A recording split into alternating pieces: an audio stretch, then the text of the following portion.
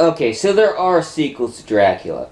Of course, none of them have Bela Lugosi, except for Stella Meet Frankenstein, but we're reviewing Dracula's Daughter. Being released May 11th, 1936, and being a sequel to Dracula. Dracula, now dead, as this movie stars his daughter, but she doesn't want to be a vampire and wants her curse to be broken.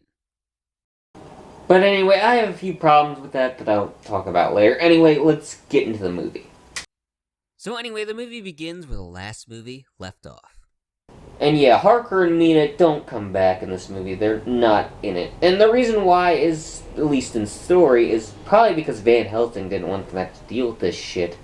Of course, the real reason is probably because the actors just didn't want to come back. Of course, I really don't mind this because me and Harker in the original were kind of boring, to be honest. But anyway, Dracula is dead. Of course, I wouldn't have noted this. And his body is played by a different actor. Of course, most people wouldn't have noticed this back then, but some people definitely would have. And Lugosi's body is played by a different actor. Of course, most people back then wouldn't notice, but yeah, some people would have, because, yeah, look at these two faces. They don't look similar. You could have shown it from the chest down, and most people would not have noticed that it's a different actor. Of course, I would have known still, but still, it wouldn't have been as obvious. So anyway, Van Helsing is taken in, and it seems like he's crazy. And he's very calm here. I mean, he sounds insane, but yeah, since he's so calm, they're probably gonna hang him if he goes to court. Anyway, a policeman watching the body of Dracula is very easily scared, but then a woman with everything except her eyes covered comes in and shows him her ring. Which puts him in a trance, but she wouldn't even need that ring if she was talking to me, because those eyes can compel me to do almost anything. But when the other cops get back, the guy is dead and Dracula's body is gone. But Renfield's body is still there, because screw him! But anyway, the woman burns Dracula's body and puts his soul to rest. But yeah, I would suggest at least tossing his ashes around, because yeah, if even a drop of blood goes on his body, it's possible that he could come back. So the girl thinks that the curse is broken. She wants to be normal, but yeah, she's still a vampire, and so she needs to get dinner. But yeah, sometimes if the vampire who turned you dies, you can become human again. Of course, most of the time this only works if you haven't drinking any blood yet, so yeah, it's probably not gonna work for you. But anyway, Helsing's gonna need some help, so he calls his friend Jeffrey, whose receptionist Janet tells him they gotta go. And I gotta admit, these two are better than Harker and Mina. Harker and Mina were kind of boring, to be honest. These two have a sarcastic charm that I like about them. But he decides he's gonna help out Helsing. But anyway, that night Jeffrey goes to a party where he talks about vampires, saying that any disease can be cured, as this makes the Countess curious. And yeah, I do like the Countess. I like the sympathy of her. But, yeah, I do prefer Dracula, but still, I do like her. Now, I do have a problem with this, but yeah, we'll get to that later. But anyway, Jeffrey is having trouble with his tie, so he has Janet tie his tie for him. Hey! And like I said, these two are much better than Harker and Mina, in my opinion. They're just not as bland as they were. And I actually do enjoy them. As Janet is even screwing with him on his date. Please come right away. This is the zoo speaking. The zoo?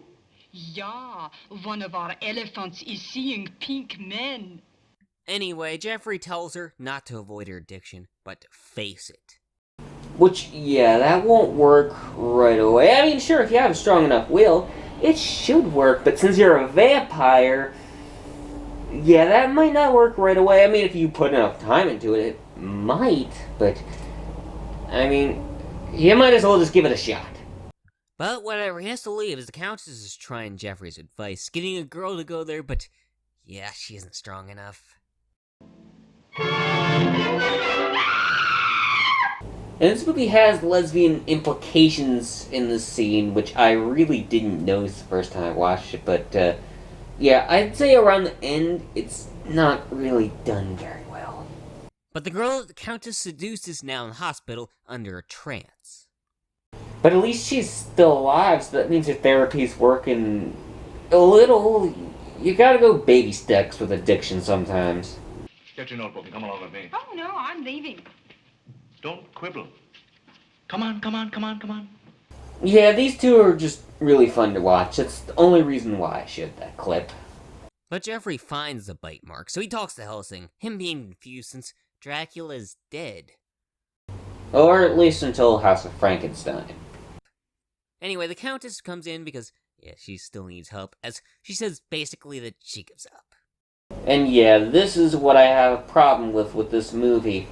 The Countess was, before this, a sympathetic character. She didn't want to be a vampire, but yeah, she just turns a 180, and it was really sudden. I mean, she had no reason to really have this 180.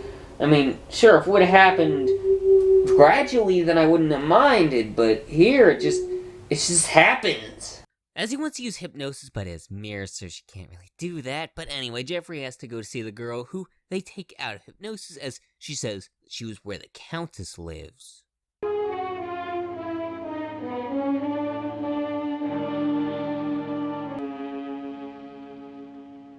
She's dead. And she just dies. I mean, at that point, she had a few transfusions, and her blood should have at least refilled a little, so she probably shouldn't have died, but I'm not a doctor, so I don't know. But turns out the Countess took Janet, so he goes to find her as he tells Helsing, and then goes in.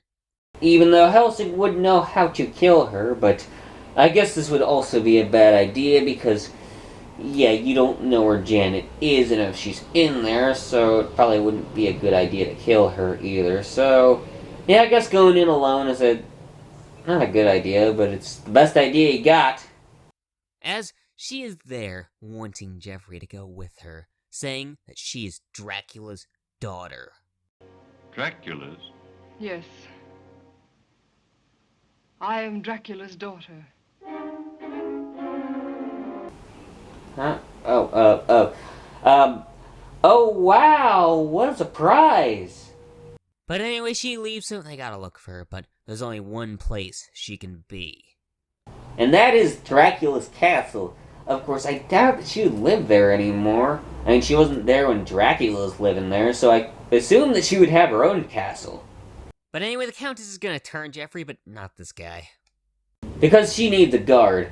But, I mean, come on, just let him be a vampire. That's all he wants to be. Just find a new guard. But anyway, Jeffrey is there, so he's gonna agree to become a vampire to save her, but, yeah.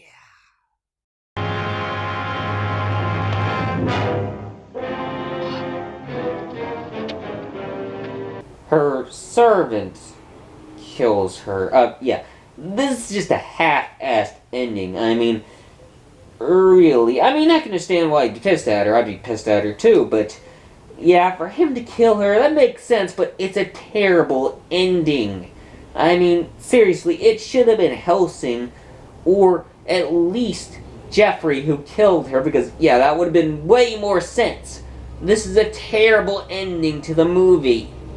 But anyway, now that the Countess is dead, the movie can end.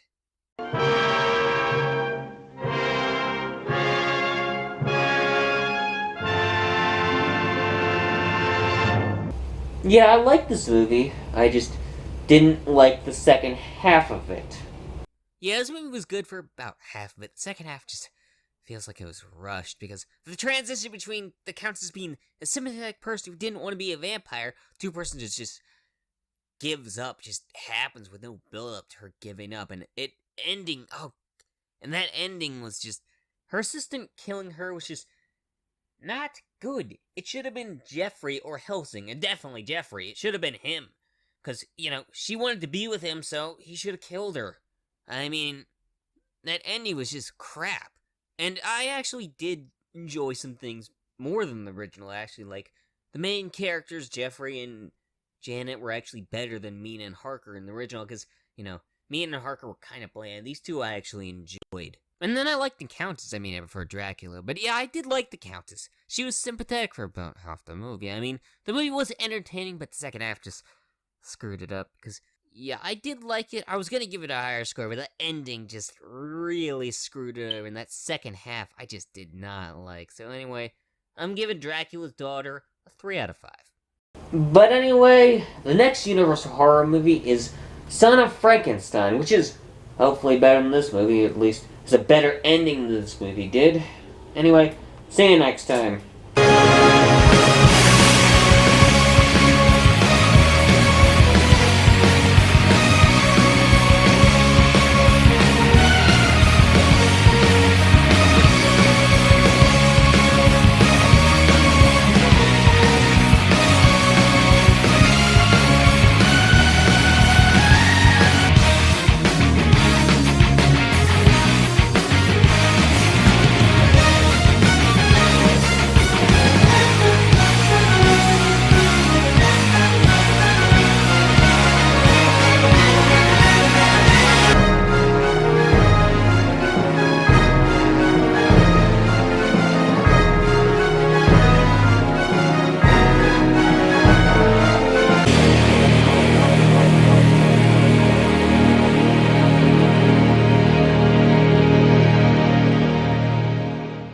As she is there, actually, wanting Jeffrey to go with her.